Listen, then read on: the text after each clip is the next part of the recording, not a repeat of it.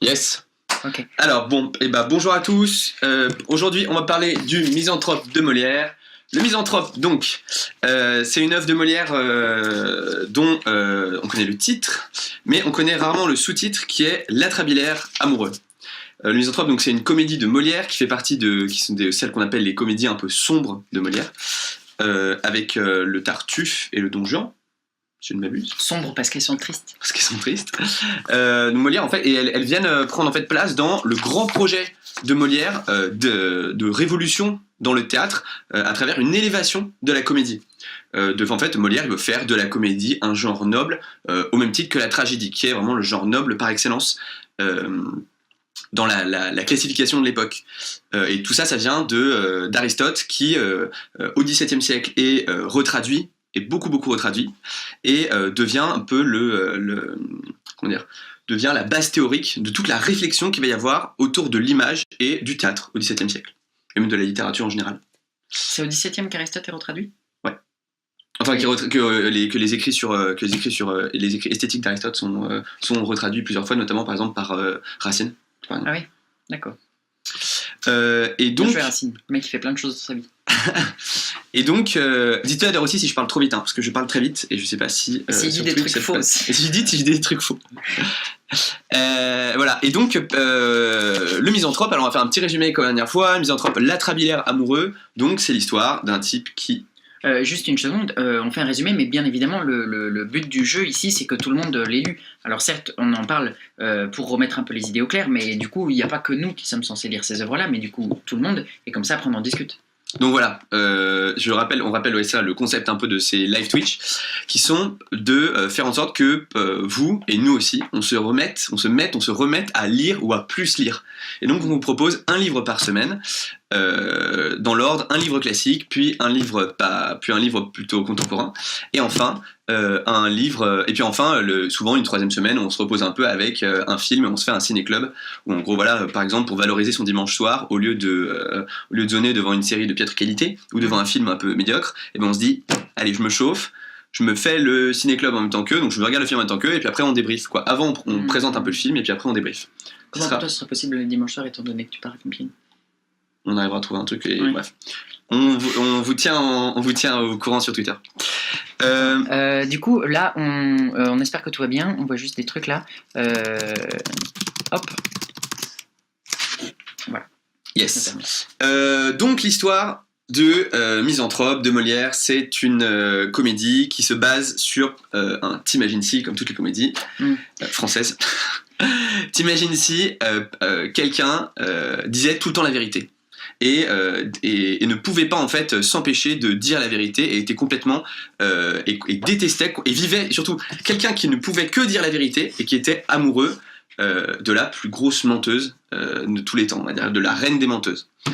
Et c'est ce qu'on a avec ça, donc l'Atrabilaire amoureux. Atrabilaire, ça veut dire celui qui a la bile noire, parce que XVIIe siècle, on se base encore sur la médecine d'Hippocrate, qui croit que le corps reproduit un peu l'univers dans sa composition, et donc dans cet imaginaire-là, on dit qu'il y a quatre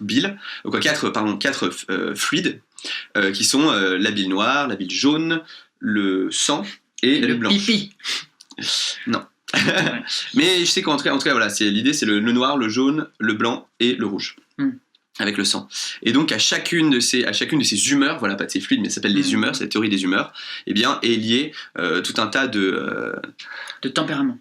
C'est tout un tas de tempéraments, exactement. Et donc le Misanthrope est malade car il a trop de bile noire. Et il le dit dès le début de la pièce, j'entre en une humeur noire. Et donc il est complètement amoureux de Célimène, qui est la reine qui est au centre en fait d'un salon de nobles dans lesquels justement les nobles vont aller parler, et le principe des salons à l'époque, c'est qu'ils sont faits de plein de jeux en fait. C'est comme ça que les gens se divertissent aussi à la cour, et que un des jeux hyper important qui prend de plus en plus de place à l'époque, c'est le jeu des portraits. Le but, ça va être de dire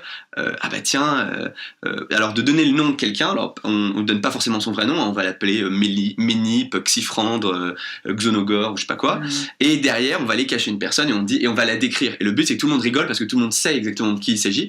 Et en fait, et on la décrit en faisant vraiment hein, le portrait d'elle, le portrait de cette personne le plus horrible possible, quoi. Et le plus joliment tourné à la fois. Mais il se trouve que donc dans cette société de salon où tout le monde en fait se taille, quoi, les gens se taillent en fait dans leur dos les uns les autres, et donc en fait c'est une société du mensonge. Parce qu'en fait de l'autre côté, ils ont besoin les uns des autres pour pouvoir parler au roi qui est en haut de cette échelle en fait de l'hypocrisie. Et donc, toute la pièce va être orientée autour de ça, c'est-à-dire que le misanthrope va avoir besoin, lui, d'appui, parce qu'il a des procès, alors d'abord il en a un, puis il en a un deuxième, il a plusieurs procès sur le dos, et il va avoir besoin d'appui auprès du roi, mais il va refuser ces appuis, tandis que Célimène, elle, en fait, elle a aussi des problèmes de justice et donc elle va tout faire et on se rend compte au fur et à mesure de la pièce qu'en fait, elle, au contraire, elle est complètement corrompue, elle en a rien à battre de devoir flatter telle ou telle personne, de devoir aller lécher les bottes de telle ou telle personne en lui mentant effrontément pour pouvoir finalement gagner à terme son procès. On n'en tire pas les mêmes conclusions, mais bon, ça tombe bien. Non, mais en tout cas, voilà, c'est les deux pôles en fait. Alceste est amoureux de Célimène, sauf que Alceste lui ne refuse de se compromettre, alors que Célimène elle est complètement dans la compromission, elle accepte complètement le jeu et elle s'en explique très bien au fil de la pièce. Autour de ces deux personnages, il y a toute une ribambelle d'autres personnages qui vont être soit plus du niveau d'Alceste, soit plutôt au niveau du pôle de Célimène. Et entre les deux, il y a Philinte, qui justement lui essaie en fait d'être moral tout en essayant de se fondre dans le moule du monde, etc. C'est un personnage assez ambigu. Il dit justement non, la morale, alors le vers c'est la bonne morale fuit toute extrémité. Là. Bon voilà, oui. C'est cette idée-là. La vraie morale fuit toute extrémité, c'est-à-dire que à partir du moment où on a un extrême, on n'est pas vraiment moral. Et donc, voilà, il va y avoir tous ces personnages qui vont interagir les uns les autres jusqu'à la fin tragique où en fait on se rend compte que où en fait les mensonges de Célimène sont révélés. D'abord vis-à-vis d'Alceste, c'est-à-dire qu'Alceste découvre une lettre de Célimène qui est destinée à Oronte. Oronte en plus avec lequel Alceste est en procès et en fait dans cette lettre ou en tout cas qui a l'air d'être à Oronte, en plus on est dans un monde du mensonge donc dès qu'on dit quelque chose dès qu'un personnage dit quelque chose on n'est pas sûr de savoir si on doit le croire et donc il arrive avec cette lettre, mais comment ça, qu'est-ce que c'est que ça, Célimène, je crois que tu m'aimais, etc. Et puis finalement d'autres personnages vont arriver les uns et la fin de la pièce va se terminer en fait par la révélation. Tous les personnages vont en fait se montrer les uns les autres les lettres que leur envoyait Célimène et donc Célimène finit par être complètement disgracié. Et Alceste, lui qui en a complètement marre du monde, décide de dire bon bah très bien, moi je me casse. Célimène, est-ce que tu veux venir avec moi? Célimène dit non et il part. C'est la fin du misanthrope. Voilà. Est-ce que déjà il y en a beaucoup qui l'ont lu aussi toujours pour qu'on voit un peu là dans le. N'hésitez pas, je sais pas s'il faudrait faire un stropole comme la dernière fois. Je pense que ça pourrait nous permettre effectivement d'adapter un peu les trucs qu'on dit. C'est-à-dire, est-ce qu'on part du principe qu'il y a tout un tas de moments dans la pièce. Par exemple, le sonnet d'Oronte. Ça, c'est un moment assez frappant où ceux qui l'ont lu voient très bien à quoi on fait référence, mais ceux qui l'ont pas lu ignorent de quoi il s'agit. Donc, on va peut-être juste faire un stropole. Un stropole, ouais. Pour voir qui l'a lu, qui l'a pas lu. Comme ça, on partira de ça, entre autres choses, pour savoir de quoi il en est. Alors, tu vas peut-être commencer à en dire des trucs? À développer mes théories.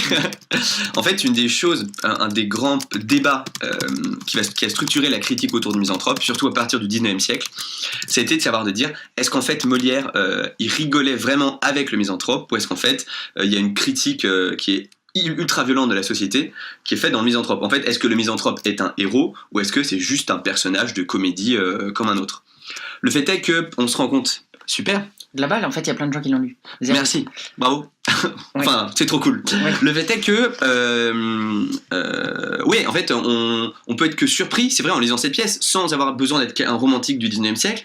On peut être que surpris en disant c'est vrai que pour une comédie c'est quand même vachement sombre toute cette histoire parce que il y a des passages qui sont ultra violents et franchement pour rire de ça, alors surtout vers la fin, il faut quand même pas avoir de cœur et donc on se dit bon, en partant de là et en partant aussi du fait que Molière lui-même connaissait très bien les problématiques de la cour, on peut se poser la question, et c'est une question qui court depuis notamment le 19e siècle, est-ce que Molière est est-ce que le misanthrope est le héros de la pièce, ou est-ce qu'au contraire il est un personnage qui est pointé du doigt. Par exemple, c'est ce qu'on a reproché, par exemple, c'est ce que Rousseau, par exemple, reprochait beaucoup à Molière en disant, vous voyez, vous critiquez Molière, voilà, Molière critique le misanthrope en disant, voilà, c'est pas bien d'être misanthrope, c'est pas bien de vouloir dire la vérité. Le théâtre, c'est bien de la merde parce que justement au théâtre, on se moque des gens qui sont qui ne fit pas, qui ne rentrent pas dans les codes de la société, etc. Alors que justement, c'est des personnages qui devraient être mis au centre et en fait, c'est ce que reproche Rousseau à Molière et au théâtre en général, et à la comédie surtout, c'est de pointer du doigt les types de personnages que la société refuse. Et finalement, en fait, c'est que la comédie, elle est là pour exclure et pas pour inclure. Et c'est ce que Rousseau refuse dans sa lettre à d'Alembert sur les spectacles. Disons que d'une certaine manière, c'est aussi assez comment dire, situé historiographiquement, étant donné que il a longtemps été dit, vous savez, avec l'expression latine castigat ridendo mores, la comédie corrige les mœurs. C'est-à-dire que si jamais on voit que ça, effectivement, enfin comment dire, dans une scène, dans une pièce comme celle de Molière, on prend le personnage de Alceste et on dit, vous voyez, il est tout le temps à être extrême et à être hyper moraliste, etc. Enfin bref, et donc du coup on comprend que c'est pas ça qu'il faut faire et du coup on s'en moque et puis on continue notre bonhomme de chemin. Et sauf que ce que reproche Rousseau justement, c'est de dire que il y a justement une formule qui dit nul n'est devenu bon par peur du ridicule. C'est-à-dire que d'une certaine manière, ça n'a pas du tout une vision, ça n'a pas du tout un effet moralisant, c'est-à-dire que ça ne te rend pas bon, c'est simplement que ça te fait comprendre ce dont on se moque dans telle société. Et du coup, tu vas essayer non pas de devenir bon, mais de te conformer à ce qui est attendu par cette société-là. Et là, ce dont on se rend bien compte, c'est que Alceste ne rentre pas dans les clous. C'est-à-dire que en permanence, il est à côté de la plaque, quoi. Enfin, bref. Et d'ailleurs, il y a un moment, justement, c'est le premier rapprochement que j'aimerais faire. Il me fait vachement penser au personnage de Big Bang Theory. Comment est-ce qu'il s'appelle ? Sheldon ? À Sheldon, ouais. Il fait carrément penser à Sheldon parce que, et je trouve que c'est vraiment, en tout cas au début de la série, Sheldon c'est exactement ce genre de personnage qui va aller, et au début de la pièce d'ailleurs aussi, un personnage qui est vraiment comique radicalement, qui est vraiment un personnage vraiment c'est juste un personnage de pure comédie qui arrive vraiment pas à entrer dans les bornes de la société et surtout il arrive pas à les comprendre. C'est ça qui est encore plus énorme et c'est pour ça que c'est très drôle et que c'est un personnage qui a à mourir de rire au début de Misanthrope parce que on essaie de lui expliquer avec de la pédagogie que il ne peut pas dire aux gens qu'ils sont des gros caca parce que ce n'est pas possible. Alors et d'ailleurs il y a Philinte à un moment il dit est-ce que tu vas dire A et il lui fait un portrait justement et c'est marrant parce qu'en fait c'est l'occasion la discussion avec Alceste pour dire que exactement est un grand lecteur de Big Bang Theory donc ça va non mais la discussion qu'il y a que Philinte a avec Alceste pour lui expliquer qu'il faut se conformer finalement à la société est l'occasion en fait d'un portrait qui va se moquer d'une des personnes de la société, mais tout ça pour dire que je trouve très drôle chez Alceste et qu'on retrouve chez Sheldon, c'est que c'est un personnage en fait qui il pige même pas en fait le lien logique en fait entre les actions par exemple dans les mensonges de la société en fait. Et ce qui est marrant c'est que alors finalement dans Big Bang Theory ils sont deux, il y a Sheldon et Cooper, non Sheldon, Cooper et Léonard. Et Léonard big up ceux qui le regardent en VF, ouais il s'appelle Léonard ouais. Et finalement ils sont deux donc résultat c'est pas Sheldon qui tombe amoureux de Penny mais en fait si ça avait été le cas ça aurait vraiment été ça quelque chose de proche de ça en tout cas dans cette idée quoi, proche du misanthrope parce que Penny en tout cas enfin elle est quand même au début clairement montrée comme quelqu'un qui est cool en société qui et finalement c'est Léonard qui tombe amoureux de Penny c'est vraiment le mec qui a du mal avec les codes de la société qui tombe amoureux de cette fille là, mais ce qui est hyper intéressant juste pour aller vers la suite avec Léonard et qui a au début du misanthrope et je trouve à mourir de rire c'est que t'as un moment où le personnage essaye de se conformer au code et Sheldon, oui, tout au début dans les premiers épisodes de Big Bang Theory. Sheldon, c'est le grand maigre dans Big Bang Theory, la série. Mec qui est tout le temps un putain de génie et tout, mais qui est un peu en mode un peu Asperger, quoi. C'est-à-dire qu'il a du mal à piger ce qui est sous-entendu. Ouais, à comprendre les interactions. Donc pour ceux qui viennent d'arriver, on est sur le Misanthrope de Molière et on compare avec Big Bang Theory, le début en tout cas. Moi, je trouve qu'il y a un lien. Et juste, je trouve qu'il y a un lien. Non, mais je trouve qu'il y a un vrai lien qui fonctionne très bien. Et que tout au début, notamment, justement, il y a un peu l'idée de se dire, mais en fait, le misanthrope, quoi, Alceste, il essaye de se conformer aux lois de la société. Il est avec Oronte et Oronte lui dit regarde mon vers, mon poème, alors qu'est-ce que t'en penses et tout, et il commence à et en fait, vu qu'il a eu sa conversation avant avec Philinte et qu'il est quand même ami de Philinte, même si il a récusé cette amitié au début, et ben en fait il va y avoir tout un jeu où il va essayer de faire comme s'il savait être civil, être un homme de la société. Il avait les codes. En fait, et ce qui est rigolo finalement, c'est qu'on a une sorte de brute, on va dire, qui va apprendre dans cette scène ou qui va essayer en tout cas de faire partie du monde civilisé des humains du XVIIe siècle. Et donc il a, oui, alors je ne dirais pas que ce n'est pas complètement nul, etc. Mais alors qu'est-ce que vous voulez dire ? Vous voulez dire que c'est nul ? Je dirais non, que... je dis pas ça. Je ne dis pas ça, je dis que, vous savez, j'ai un de mes amis, un de mes très bons amis, qui écrivait de la merde. Je lui ai dit, tu n'es pas obligé d'en écrire et encore moins obligé de la publier. Je ne te juge pas, mais voilà. Et il est là, ah oui, je vois votre ami, d'accord, c'est terrible. Oui, mon ami, qui n'est pas vous, bien sûr. Et donc il y a tout ce truc en fait qui est vraiment très marrant, je trouve, au début, de montrer un personnage qui est une sorte d'enfant sauvage, en fait, de brute hors de la société, qui va faire son apprentissage, qui va apprendre qui va essayer en tout cas de mimer les codes de la société, et puis évidemment qui va échouer, et après on tombe dans une pièce qui est complètement bâtarde entre la comédie, et clairement avec des accents tragiques à certains moments qui sont évidents, quoi. Et c'est vrai que j'étais pas revenu depuis un petit bout de temps, et en la relisant je me suis dit waouh, mais c'est quand même comment dire, je pense, on en parlera plus tard, mais je pense pas qu'il faut y en avoir une lecture romantique, surtout pas, parce que c'est que au XVIIe siècle, donc c'est important de garder cet esprit-là dans la lecture, mais il y a en tout cas une dimension tragique qui est complètement évidente, je trouve, dans ce bouquin. Bon. Yes. S'il est plus conscient, ça fait de lui un Dr House. Je pense que c'est... Ah oui, est-ce que c'est pas une blague ? Non, c'est pas une blague. De dire, oui, Dr House, c'est quelqu'un qui dit en permanence « Ah, moi, je vais pointer les hypocrisies, etc. » En fait, disons que ça nous mettrait sur le point du premier truc qui me paraît important d'aborder. C'est que effectivement, on a assez régulièrement une lecture de Alceste comme étant quelqu'un d'assez stylé. C'est-à-dire que certes il rentre pas dans les clous, mais c'est parce que les clous de la société sont des mauvais clous. C'est-à-dire que c'est les clous d'une société où on est en permanence en train de dire du mal des uns et des autres, etc. Mais dire du mal dans leur dos, alors que dès qu'on les voit, ça y est, on se met à dire en fait mais non, je vous aime beaucoup. Il y a une scène justement où on annonce Arsinoé dans le salon de Célimène, et donc le temps qu'Arsinoé monte, Célimène est pile en train de dire celle-là elle me bat les couilles, etc. Elle est insupportable, elle est trop chiante, etc. Enfin bref, et puis en plus elle se la raconte grave. Et elle est interrompue par Arsinoé qui rentre, et là elle lui dit ah mais je suis tellement content de te voir, justement on était en train de parler, t'es en train de parler de toi. Donc ça c'est quelque chose qu'Alceste critique. Il dit vous avez pas honte d'être hypocrite comme ça, et du coup c'est une lecture qu'on a très régulièrement faite.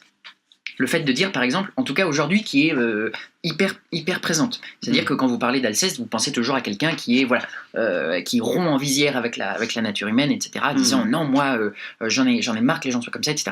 Par exemple, c'est un peu ça qu'on a dans le film Alceste à bicyclette avec Fabrice Luchini et Lambert Wilson, qui est sorti il y a pas très longtemps, mais où justement ils se battent un peu tous les deux pour avoir le rôle d'Alceste, parce que c'est deux anciens amis, enfin qui sont âgés, qui sont acteurs de théâtre, etc., qui veulent mettre en scène le misanthrope. Et en fait, ils ont tous les deux tenu pour acquis qu'ils allaient jouer Alceste. Et en fait, ils sont deg parce que Luchini il se dit non, évidemment, moi je suis Alceste et toi Lambert Wilson, l'acteur qui réussit, qui n'est pas à la campagne comme moi, enfin à la campagne à l'île de Ré, donc ça va quand même. Toi t'es beaucoup plus naturellement Philinte, etc. Parce que Alceste c'est un mec stylé, alors que Philinte c'est le mec doucereux, mielleux, enfin ridicule, etc. Le problème avec cette lecture-là, c'est qu'en fait, elle n'est pas du tout prégnante dans le texte de Molière. C'est-à-dire que si jamais on essaie vraiment de s'attacher à ce qui a été écrit, il n'y a pas du tout lieu de dire que Alceste c'est un mec stylé et que il leur en montre à tous, et que ce qui est tragique c'est que en fait il est trompé par sa meuf alors qu'elle était trop, alors qu'a priori elle était bonne et tout, bref, et qu'à la fin elle l'abandonne et que jusqu'à la fin elle l'aime pas pour de vrai alors que lui il a vraiment un cœur d'or, etc. Enfin bref, ça c'est une lecture qui est en fait assez difficile de tenir quand on s'attache au texte de Molière. C'est-à-dire que effectivement il y a lieu, avant tout, en premier lieu, de dire que Alceste c'est un personnage comique. C'est-à-dire que, évidemment, comment dire, c'est quelque chose qui paraît un peu étrange, mais Le Misanthrope, c'est une pièce dans laquelle il y a énormément de passages qui sont comiques. C'est-à-dire que je les ai compilés un peu. On va le faire. C'est du comique c'est souvent un peu du comique de situation. C'est-à-dire que, d'une certaine manière, c'est des trucs qu'on pourrait voir dans des sitcoms d'aujourd'hui. Alors, par exemple, au tout début, on a le fait que il y a évidemment le sonnet d'Oronte, c'est-à-dire que ils viennent à peine de parler du fait de dire si il faut tout le temps dire ce qu'on pense des gens, etc. Et puis là, bim, il y a Oronte qui arrive, il dit alors t'as vu mon sonnet ou je sais pas quoi, et puis là il est gêné, et puis il dit bah si c'est un peu de la merde et tout, enfin bref, et voilà, et donc Oronte il est trop vénère et puis il se casse. Bon, ça c'est assez drôle. Il y a le fait que ensuite Alceste essaie d'avoir un tête-à-tête avec Célimène, ils sont en permanence interrompus, c'est-à-dire très clairement il y a 3 petits points dans le verre et hop on passe à quelqu'un d'autre. Il y a que ensuite quand les marquis arrivent, et ben Alceste il fait son dur en disant ouais et tout, je suis trop saoulé que Célimène tu les reçoives, du coup je vais me casser. Et Célimène qui dit non reste, il dit non je vais me casser et tout ça, enfin bref, et Célimène il dit bah ok casse-toi, et après il dit ouais non en fait je vais rester. Donc ça c'est quand même toujours un truc un peu comique dans ce sens là.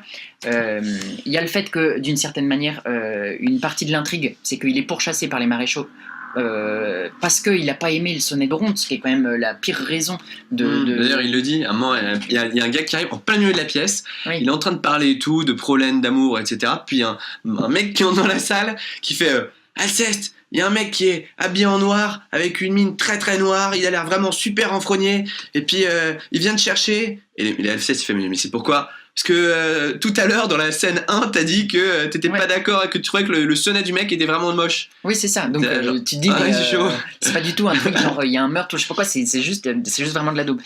D'autant plus que, donc là, très clairement, c'est marqué dans les didascalies, ça fait rire les marquis, mais il y a aussi le fait que il avait dit justement au marquis, ouais, bon, vous me saoulez, vous avez pas votre place chez Célimène parce que c'est moi qu'elle kiffe et tout, donc je partirai pas avant vous. Et il venait de le dire, et pile à ce moment-là, il y a les maréchaux qui arrivent et qui disent, tu nous accompagnes au commissariat, grosso modo. Il y a le comique des marquis qui se vendent de ouf, qui disent « Ah, sans vanité, je peux dire que je suis vraiment le mec le plus stylé, etc. » Quand à se mettre bien, effectivement, personne ne peut dire le contraire. Il y a le comique de Arsinoé, donc, dont on vient de parler, dont Célimène dit du mal juste avant de la saluer chaleureusement dès qu'elle arrive. Il y a le comique de Alceste qui vient de découvrir la lettre que Célimène a envoyée à Oronte, ou aurait envoyée à Oronte, et il dit « Ah, il faut que je me venge de Célimène, du coup, aidez-moi, vous, Éliante, à me venger d'elle. » Et il dit quoi ? Il dit ouais en recevant mon cœur. Il dit mais attends tu sors d'où mon gars ? Le mec paraît un cocu grotesque complètement à côté de la plaque. Il y a le comique de la scène avec le serviteur maladroit qui arrive et qui dit justement ah oui vous êtes attendu etc. Il a laissé un billet ah mais mince j'ai oublié le billet enfin bref je l'ai oublié sur la table de la cuisine. Enfin bref le serviteur maladroit c'est quand même un truc un peu c'est vraiment des trucs de base dans la comédie.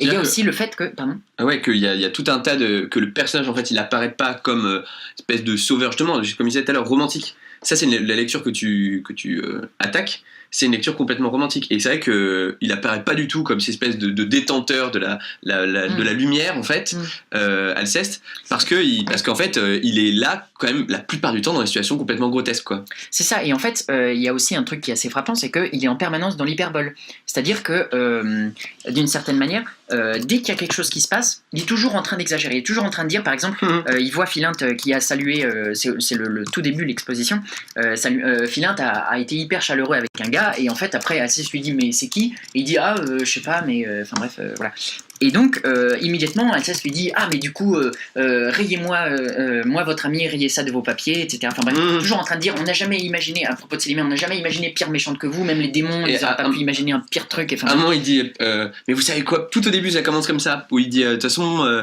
si j'étais toi Philinte moi j'irais me pendre et tout machin et l'autre il fait mais je pense pas qu'il faudrait que j'allais me pendre, enfin c'est quand même beaucoup. Et l'autre il fait ouais tu sais très bien ce que je veux dire. Oui c'est ça, c'est qu'en fait d'une certaine manière on n'a pas du tout l'impression que c'est quelqu'un qui tient la vérité entre les mains. On a beaucoup plus l'impression que c'est quelqu'un qui est complètement décalé, enfin qui va pas bien, genre il est là, tu sais que si jamais tu dis un petit truc, le mec direct il part au quart de tour et puis il va se mettre à faire 1 milliard de blagues, enfin pas justement, tu lui fais une blague, il va se mettre immédiatement à dire mais putain vous avez pas honte, on n'a jamais envisagé des gens pires que vous, enfin bref, dire des choses comme ça. Mais pour ajouter un truc, il n'y a pas seulement les dimensions comiques, en fait à mon avis d'Alceste qui vient un peu saper le côté super-héros romantique, on va dire. Il n'y a pas seulement cette dimension comique, il y a aussi le fait que Alceste est un personnage qui au fur et à mesure de la comédie devient un personnage super sombre.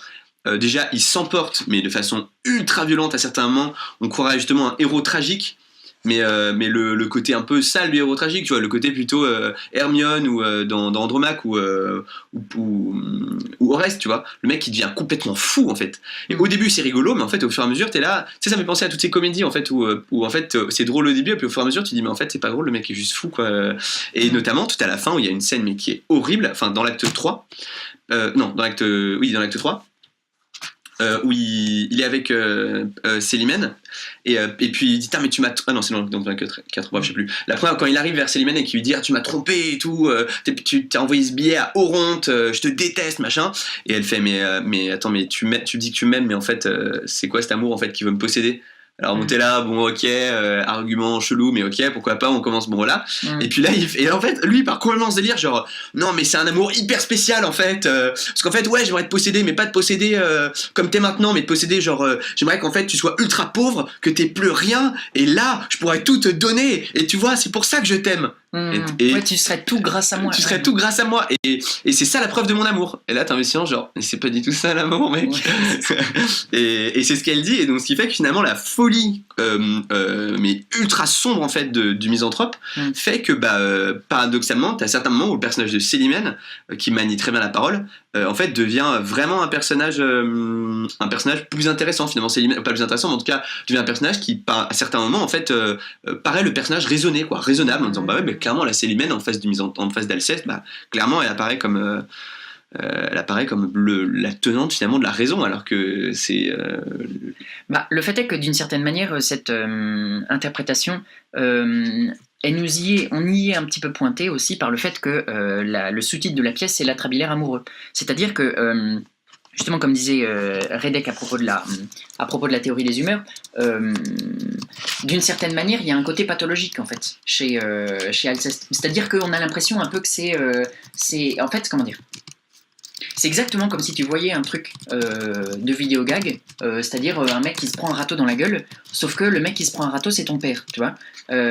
Du coup d'une certaine manière t'as le truc un peu comique et mécanique de bim, il y a un truc qui se passe et tu dis haha c'est trop drôle, mais en fait sauf que t'as appris à être vachement touché par cette personne et à te dire mais en fait elle mérite pas tant que ça son problème. C'est pour ça que justement je voudrais revenir sur les scènes tu veux dire que parfois un gag ultra mécanique peut être en fait beaucoup plus Bah oui, c'est parce qu'en fait là tu comment dire, t'as envie de rire parce qu'il est tout le temps grotesque, mais en même temps t'as pas envie de rire parce que c'est quand même quelqu'un à qui on t'a appris à t'attacher, tu vois.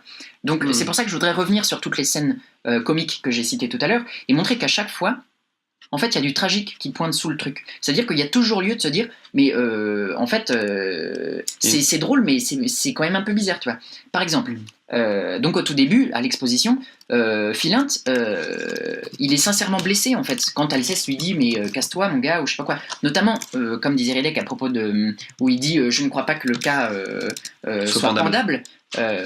Pourquoi allez-vous pendre? Mais parce que celui qui se pend c'est Judas, c'est le traître, c'est-à-dire que c'est celui dont tu pensais qu'il était proche de toi et en fait tu pouvais pas du tout compter sur lui, donc il dit mais mec va te pendre, donc c'est naturellement vers ça que ça fait référence étant donné que les références bibliques tout le monde les avait à l'époque et voilà, et justement Philinte il le prend un peu sur le ton de la rigolade mais ça se voit quand même qu'il est un petit peu décontenancé, et justement Alceste lui-même aussi dans toute sa longue tirade il dit je veux qu'on me distingue, d'une certaine manière ça pointe bien vers le fait que lui-même il est franc parce que ce qui l'embête quand Philinte salue chaleureusement un gars alors qu'en fait il le connaît pas, c'est que naturellement il se dit mais qu'est-ce qui me prouve qu'il fait pas la même chose avec moi-même ?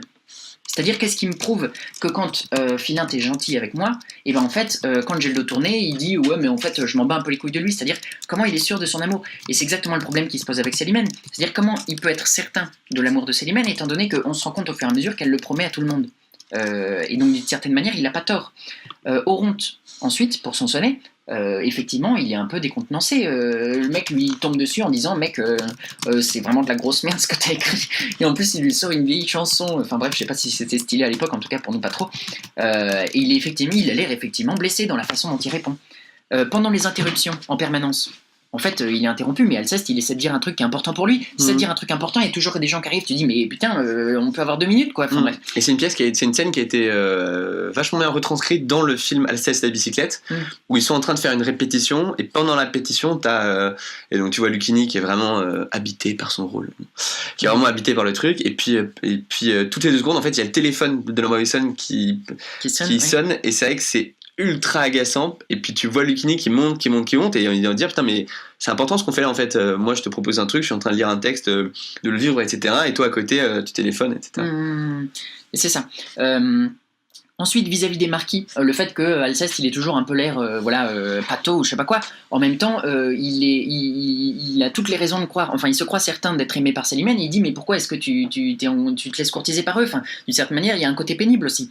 Ensuite les maréchaux qui arrivent tout le temps pour cette histoire du sonnet, c'est vrai que c'est un motif grotesque, mais en même temps les maréchaux ils ont du pouvoir, c'est-à-dire que c'était les tribunaux qui étaient chargés de gérer les problèmes d'honneur entre les gentilshommes, c'est-à-dire que du coup effectivement il y avait des sanctions qui pouvaient passer à la fin de la scène, à la fin de la pièce, pardon, ils disent qu'il y a 20 000 francs en jeu. Bon, c'est pas ce que c'est, mais a priori 20 000 c'est quand même beaucoup. C'est quand même effectivement un pouvoir du tribunal, un pouvoir judiciaire qui le poursuit. Et puis ça a aussi un côté un peu humiliant. Alors certes, il y a aussi la scène comique avec les marquis qui disent tous les deux on est trop des beaux gosses, mais en fait, comme Alceste, ils ont eux aussi des raisons d'être aimés de Célimène. Donc en fait, ils sont peut-être un peu bêta et vaniteux, mais en même temps, ils sont aussi un peu amoureux. C'est-à-dire que eux, c'est pas la trébillière amoureuse, ce serait le vaniteux amoureux, quoi. Mais d'une certaine manière, ça pourrait aussi avoir un côté tragique. Ensuite, Arsinoé, quand elle se fait clasher par Célimène, elle a aussi l'air assez blessée, c'est-à-dire qu'immédiatement Célimène dit « Ah oui, bah moi aussi, hier, j'étais chez des gens, ils ont dit que vous étiez vraiment une grosse connasse. » Et Arsinoé, elle dit pas du tout « Ouais, mais c'est toi la connasse. » Elle dit « Mais pardon, je suis désolé, visiblement vous le prenez mal, je vous assure, je le pensais pas comme tel, enfin bref. » Voilà, ça c'est vraiment des trucs dans le texte, c'est pas du tout des formes de psychologisation ou je sais pas quoi. Moi, j'arrive bientôt à la fin de mon truc, mais en même temps, ça me paraît important. Non, c'est intéressant, je trouve. Éliante, quand Alceste lui dit bon, aidez-moi à me venger de Célimène en recevant mon cœur. Tout le monde est décontenancé, on dit un peu mais mec, mon gars, considère-la comme une personne de seconde et pas juste comme un fucking objet de vengeance. Tellement. Et en même temps, Éliante, elle aime Alceste, effectivement, c'est-à-dire qu'après, à la fin, elle se met avec Philinte, mais parce que Philinte l'aime aussi, mais elle a rien contre Alceste et c'est vers lui que dans un premier mouvement, son cœur la porte. Donc voilà, il y a quand même un peu un triangle amoureux étrange entre les 2 amis, d'autant plus que dans cette scène-là, Philinte se fait mais casser par Alceste. Il lui dit mais mec, mais juste à un moment il lui dit mais mêle-toi de ton cul, ta gueule quoi, c'est pas à toi que je parle. Tu dis mais entre potes c'est quand même effectivement un peu chaud. Le serviteur maladroit. Certes, c'est un peu un trope banal une topos banale du comique de situation, mais en même temps, le billet qu'il a oublié, c'est un truc de la nouvelle où il dit mec, il faut fuir au plus tôt, il faut absolument qu'on quitte Paris. Enfin bref, on est vraiment dans la merde. Et dernière chose, ah non, je l'ai déjà dit. Oui, l'hyperbole. Le fait que Alceste s'exprime toujours en hyperbole. Et bien, d'une certaine manière, c'est aussi parce que c'est la façon dont il vit les choses à un point de vue presque pathologique. C'est-à-dire qu'il dit vraiment je veux qu'on me distingue. Moi-même, je suis franc parce que j'attends des autres qui soient francs envers moi. J'attends vraiment qu'ils m'aiment. Et c'est là où, d'une certaine manière, il y a un peu un problème parce que finalement, c'est pas vraiment ça qui se passe. Étant donné que même quand il se rend compte que Célimène, elle a quand même dépensé pour les autres, y compris Oronte, et il continue de dire d'accord, voilà, je suis peut-être pas le seul particulier, tu vois, mais il garde quand même espoir jusqu'à la fin. Et c'est pour ça et c'est ça qui marque vraiment quasiment le point final, pas exactement final, mais quand même quasi, où il dit dernière chance Célimène, si tu veux, on part au désert tous les deux et ce sera quand même bien, et voilà. Et elle lui dit non, je peux pas quoi, je suis désolé. Il dit la solitude effraie une âme de 20 ans. Et donc voilà, c'est que à ce moment-là qu'ils rompent, mais d'une certaine manière, bref, j'ai terminé ce que je voulais dire. Belle conclusion. Pas du tout de conclusion. Applaudissez chez vous. Voilà. Attends. On vous entend pas. Très gênant. Bon, ouais, mais non, mais t'as dit beaucoup de choses intéressantes. Yes. Mais je sais plus, il y a des moments où j'ai voulu rebondir et puis je t'ai Ah oui. Et je t'ai je t'ai coupé la laissé. parole. Ouais, ça. Bon, bah ça tombe bien. Je te laisse parler parce que j'aurai un dernier truc à dire. Non, mais justement, je sais plus ce que je voulais dire. Résultat. J'aime bien, je relis a posteriori les réponses et je vois a priori 20 000 c'est quand même beaucoup. Et bref, effectivement. Et voilà, merci de nous suivre et de nous envoyer des trucs rigolos. C'est juste des relations amicales un peu orthodoxes. Un peu orthodoxe, c'est quand. Dans quel sens? Parce qu'on voit un petit visage, mais à capa. Ça m'indique pas plus. Yes, on était en train de. Putain, c'est les vieux. Ça, c'est vraiment les vieux qui sont en train de lire clair. dans leur. Ça te fait un peu avec tes grands-parents. C'est ça. Bref. On dit ça parce qu'on est en train de voir nos gueules qui sont en train de regarder les commentaires et on voit juste des bouts de notre. Ça m'a un peu étonné qu'il laisse tout de même une chance à Célimène à la fin. Mais c'est ça qui est en fait super, c'est que en fait ça reste un personnage de. Comment dire, les personnages en fait restent les mêmes. Ça reste en fait un type malgré tout.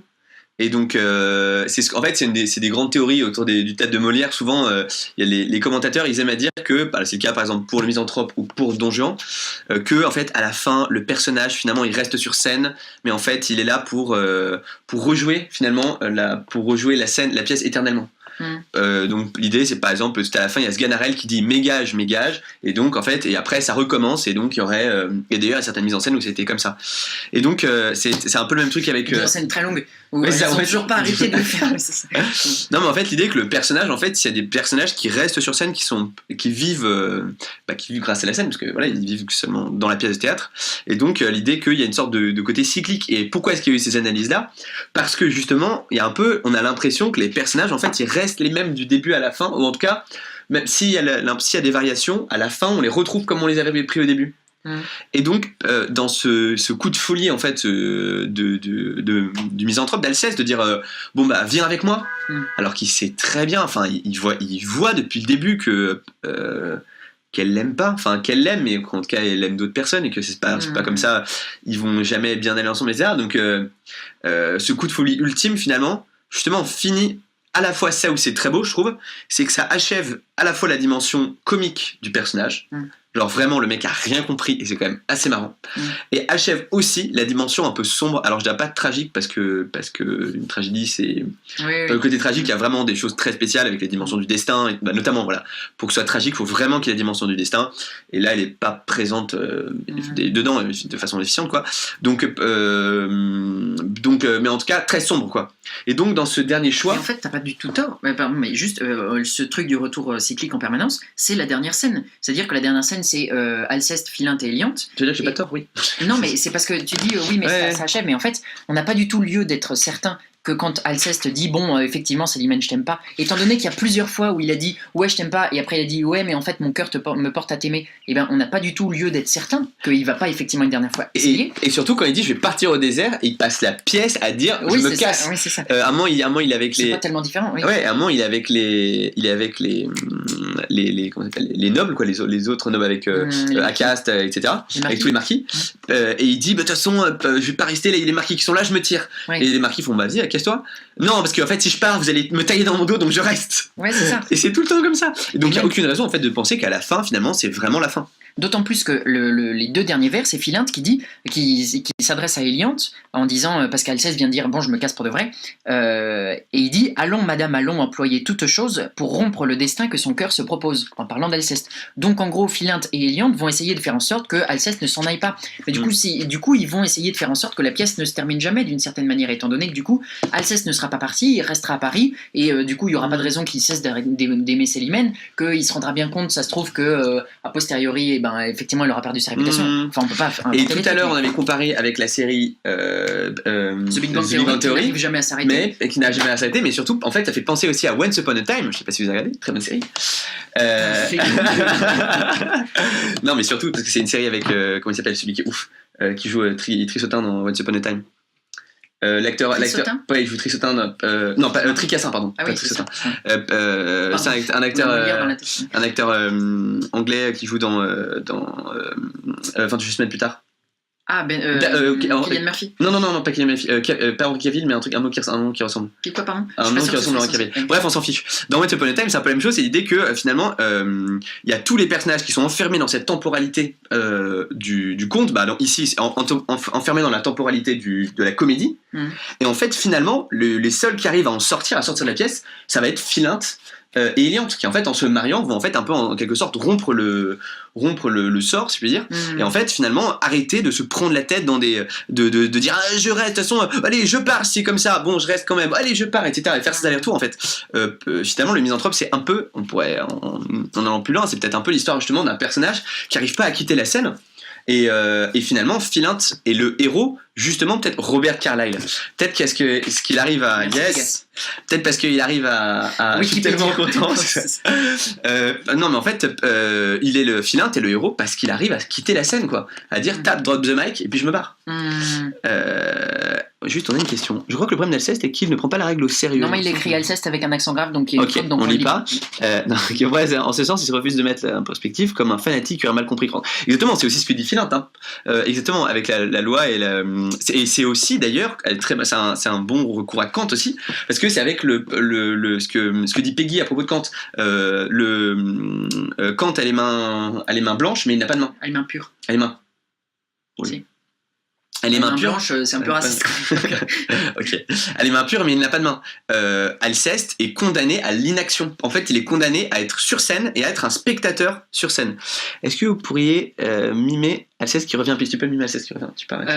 Ouais, d'accord. Mais est-ce que Madeleine Mandoline, c'est Madeleine Brossier? Parce que du coup, ça serait pas très sympa. Si tu veux pas quitter la scène, tu pousses hors de. En fait, maman, en fait, je. Ouais. Alceste, c'est toi? Je suis un mime. Ouais. Acteur. Mais les mimes, ils parlent pas. Attends, je le refais. Non, j'ai rien.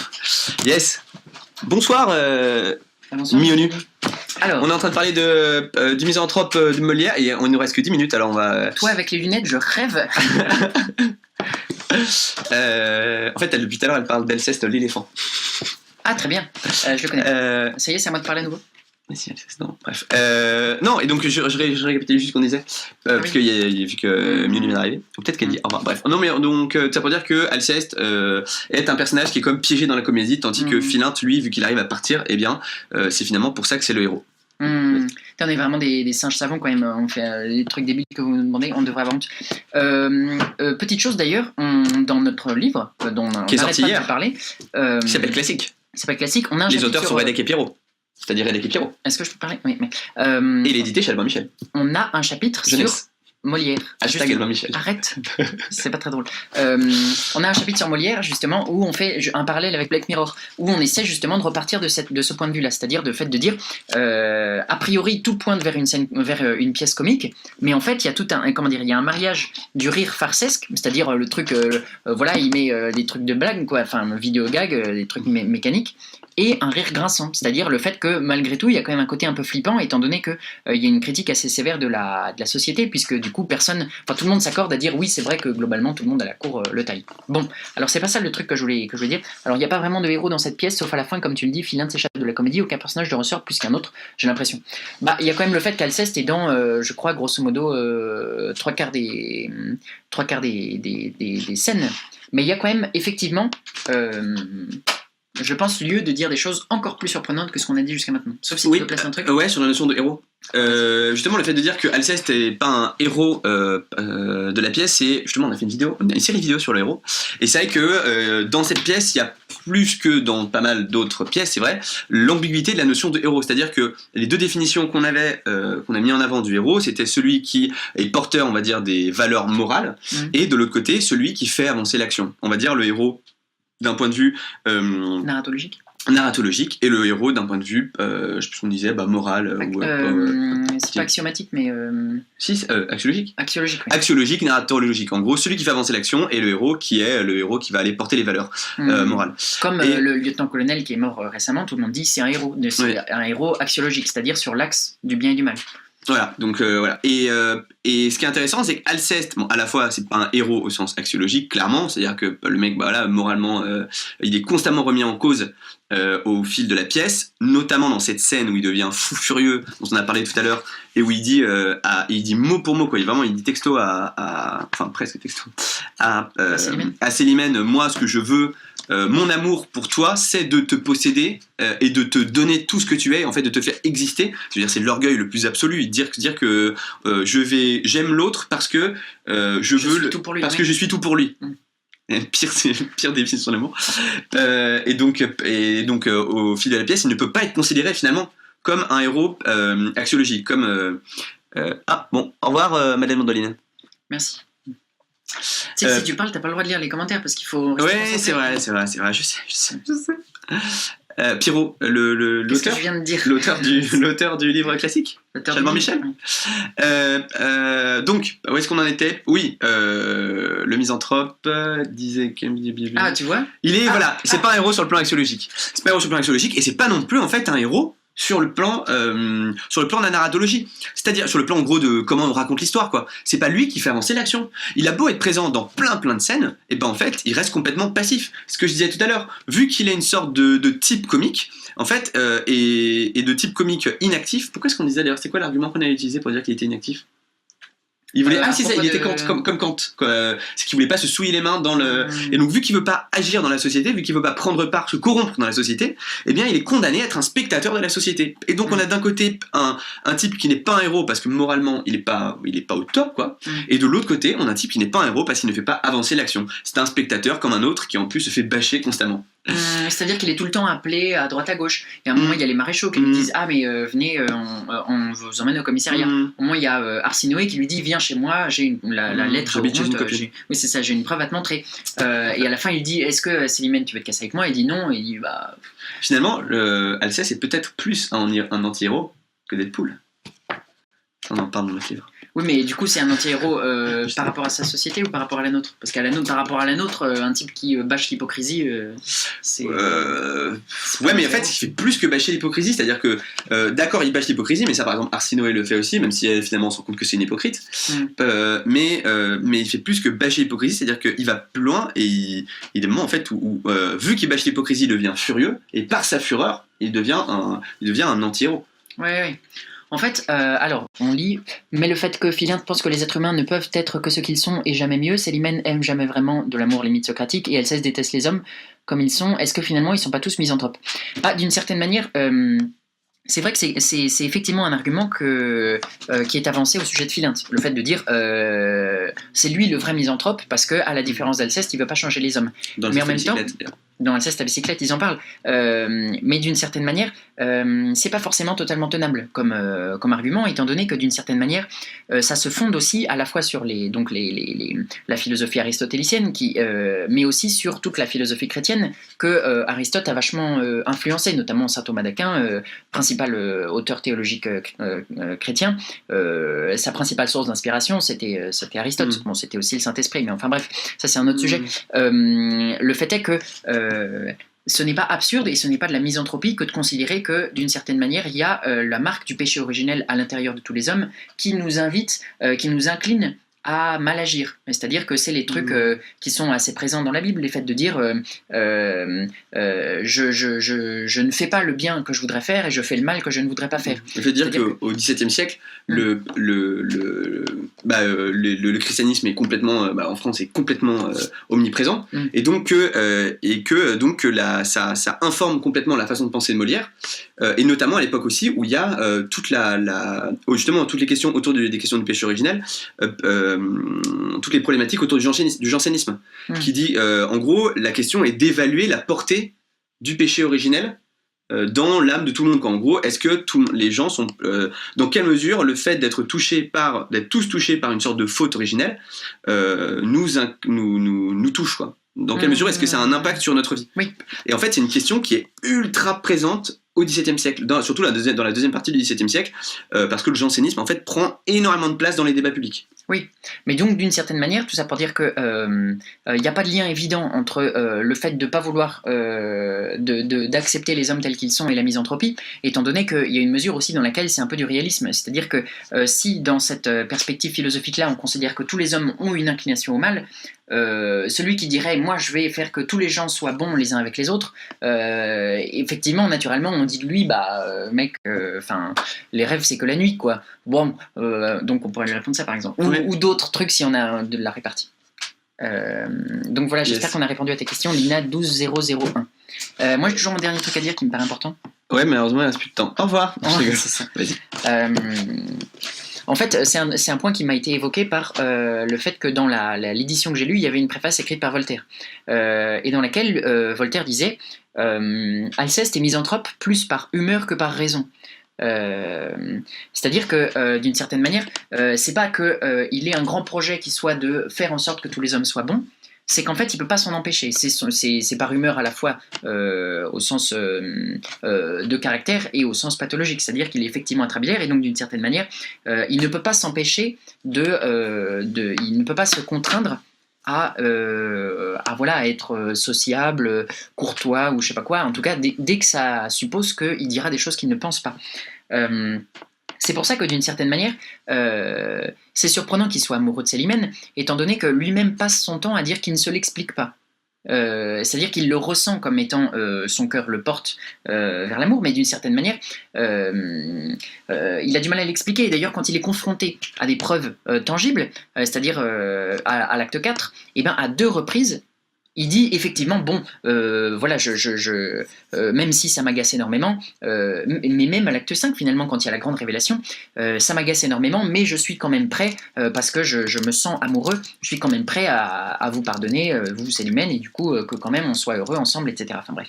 Le problème, c'est que donc, si jamais il était moraliste par raison, il finirait toujours par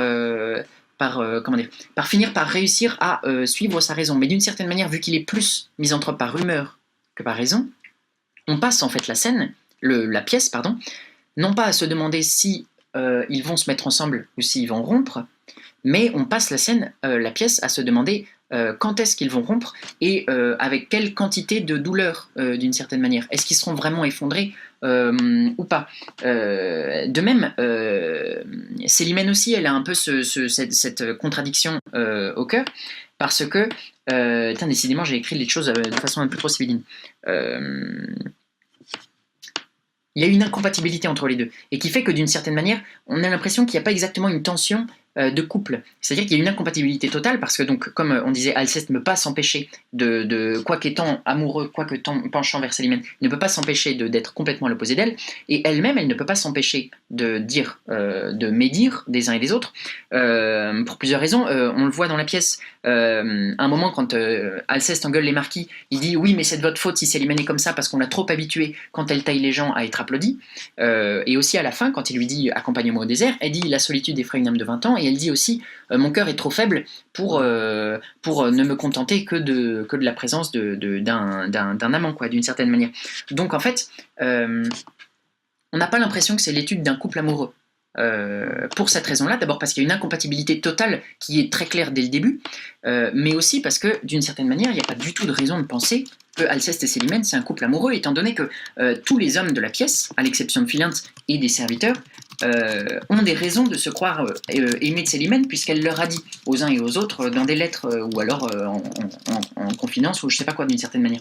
Donc en fait, on a l'impression que c'est pas l'étude d'un couple amoureux, mais c'est beaucoup plus une forme d'étude du vice, et c'est pour ça que ça se replace un peu dans la discussion du jansénisme, dans le fait de dire que c'est simplement que Célimène, le vice, c'est quoi? C'est pas voilà, le fait c'est pas tuer des gens, c'est pas je sais pas quoi. Le vice avant tout c'est une mauvaise habitude, de même que la vertu c'est aussi une bonne habitude. C'est la principale définition. C'est-à-dire que du coup on peut dire que c'est une étude du vice à partir du moment où le problème de Célimène c'est qu'elle a pris une mauvaise habitude, elle a pris la mauvaise habitude de dire du mal des gens et de se rendre compte que c'était comme ça qu'elle tenait un bon standing. Et voilà, et je trouve que c'est après pour Alceste il faudrait un peu préciser, etc., parce que j'admets que je n'ai pas encore toutes mes idées claires, mais d'une certaine manière ça me paraît beaucoup plus pertinent comme approche plutôt que de dire et voilà, il dit c'est Pierre ou Voltaire, tout ça. Non, Voltaire il dit juste il est misanthrope plus par humeur que par raison, et le reste c'est de moi parce que finalement ok, loser, double loser. Ça manque de conclusion quand même en général ce que je dis. Non. Non mais tu sais ouais. Est-ce que vous avez vu le film Molière de Ariane Mnouchkine? Si oui, moi vous j'ai en pas pensez vu quoi? non plus. Tu l'as vu? Non, j'ai pas vu non plus. Je sais pas qu'elle faisait des films, je savais qu'elle faisait des pièces de théâtre, mais si c'est avec toute une ribambelle d'acteurs. J'ai pas non mais une ribambelle d'acteurs connus, et j'allais dire j'ai pas très envie de le voir. Alors je sais pas s'il y en a qui l'ont vu ce film. Ouais, le jeu était pas hyper chaud. Je sais pas si les notes sont bonnes d'ailleurs. Bon, on ira voir. Non mais en fait j'attends les réponses mais vu qu'on est en retard sur le truc. Qu'est-ce que je vais dire, c'est le moment peut-être de vous dire qu'on va terminer ce live et on se donne rendez-vous donc alors la semaine prochaine. Allez voir sur Twitter pour voir la semaine prochaine pour le Ciné Club. Quand est-ce qu'on vous propose ça? Vous pouvez voir les tweets même sans être inscrit sur Twitter. C'est-à-dire que si vous tapez Twitter le mock, vous pouvez voir ce qu'on publie même sans avoir besoin de vous faire un compte ou je sais pas quoi. Donc, est-ce que cette vidéo-là est enregistrée? Oui, je crois, oui. Elle sera donc sur une chaîne secondaire que nous allons ouvrir, une chaîne YouTube secondaire. N'hésitez pas à l'avenir vous abonner. Vous pourrez compter toutes les fois que je me gratte le nez. Toutes les fois où je me gratte le nez. Et voilà, donc voilà, il y a notre livre qui est sorti hier. Il y a, les auteurs, c'est pas le mock, hein, c'est Redek et Pierrot. Enfin, je vous demande parce que je vous le dis parce que si vous allez, je suis allé voir aux deux sites juste à côté de chez moi, et je suis quand même allé voir s'il était dans les rayons parce qu'il était sorti le jour même. Donc j'arrive et je fais bonjour, bah c'est un livre et tout, ça s'appelle Classique. Elle m'a regardé genre, elle dit que ça s'appelle Classique. Il y en a plein. Je fais oui, mais écrit par le mock, vous connaissez pas? Et donc elle a tapé, elle fait le mock j'ai pas. Et donc boum, en fait les auteurs c'est Redek et Pierrot. Et donc voilà. Mais t'étais censé être au courant quand même, non? Oui. Donc voilà, et donc tout ça pour dire que voilà, dans 2 semaines on a un nouveau live dans 2 semaines sur un livre, c'est toi. Et le livre ce sera. On n'y a pas réfléchi. Alors en gros, on a des idées, mais ouais. En fait on a 3 idées. Oui. On aurait Le Monde selon Garp. Oui. Parce que c'est un livre dont on a l'impression que énormément de gens ont dit que ça leur avait changé leur vie, donc ouais. on n'a rien contre en gros, le fait de se faire changer la vie. En fait, l'idée dans ces lives aussi, c'est de lire les livres dont les gens disent ah, ça il va changer ma vie. Donc Le Monde selon Garp, moi j'ai lu juste le début, pour l'instant j'ai pas encore terminé. Tu l'as déjà lu ou pas? Non, donc voilà, l'idée serait de le lire. Alors soit celui-là, soit Lolita de Nabokov, ou soit. Parce que c'est. Non, je rigole. Ou soit 100 ans de solitude de Garcia Marquez. Parce que, pareil, c'est clairement le livre non, j'ai pas encore lu. J'ai lu un autre livre de Garcia Marquez qui était ouf. Oui. Mais donc, voilà, un autre livre dont les gens disent ce livre a trop changé ma vie. Comme ils sont un tout petit peu plus longs, c'est la raison pour laquelle on dit dans 2 semaines. Parce qu'on est aussi conscient que tout le monde n'a pas un emploi du temps qui permet de lire un livre d'une semaine sur l'autre. À commencer par nous. Voilà. Mais ça signifie pas qu'il n'y aura pas de live la semaine prochaine. Il y aura un live la semaine prochaine. Mais du coup, ce sera probablement un film. Oui, c'est comme on regardera. En gros, le truc, c'est que bon, il faudra qu'on tienne compte du retard vidéo, mais voilà, en gros, on lance le truc, tout le monde se mate, vous trouvez le. D'abord, on en parle un peu. D'abord, on fait une petite intro. On fait une intro, on lance le truc, et à la fin, on fait un débrief. Ouais. On va sans doute faire un sondage. Ouais, peut-être sur Facebook ou Twitter, pourquoi pas. Ouais, effectivement, ça peut être une bonne idée. Oui. Le Lolita, c'est vénère. Ouais, j'avoue. Donc ça peut. Il y a des enfants qui nous regardent. Si vous êtes des enfants qui nous regardez. Il est 19h, il est l'heure d'aller vous coucher, les enfants. Ouais, c'est ça. Et ben. Au lit. Ok. Et ben à plus. Ciao tout le monde. Au revoir. Comment est-ce qu'on fait quoi? Comment est-ce qu'on éteint? Bon, merci beaucoup de nous avoir suivis. Ça nous a vraiment touché. Beaucoup.